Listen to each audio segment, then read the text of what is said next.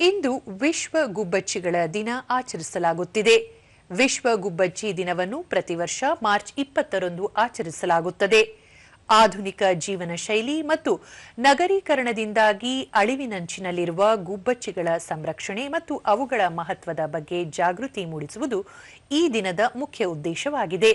ಈ ದಿನದ ಆಚರಣೆಯನ್ನು ಭಾರತದ ನಾಸಿಕ್ ಮೂಲದ ಪರಿಸರವಾದಿ ಮೊಹಮ್ಮದ್ ದಿಲಾವರ್ ಅವರು ಸ್ಥಾಪಿಸಿದ ನೇಚರ್ ಫಾರೆವರ್ ಸೊಸೈಟಿ ಆರಂಭಿಸಿತು. 2010ರಲ್ಲಿ ಮೊದಲ ಬಾರಿಗೆ ವಿಶ್ವದಾದ್ಯಂತ ಈ ದಿನವನ್ನು ಆಚರಿಸಲಾಯಿತು. ನಗರ ಪ್ರದೇಶಗಳಲ್ಲಿ ಗುಬ್ಬಚ್ಚಿಗಳಿಗೆ ಪೂರಕವಾದ ಪರಿಸರ ನಿರ್ಮಿಸಲು ಆದ್ಯತೆ ನೀಡಬೇಕಾದ ಅಗತ್ಯ ಇದೆ.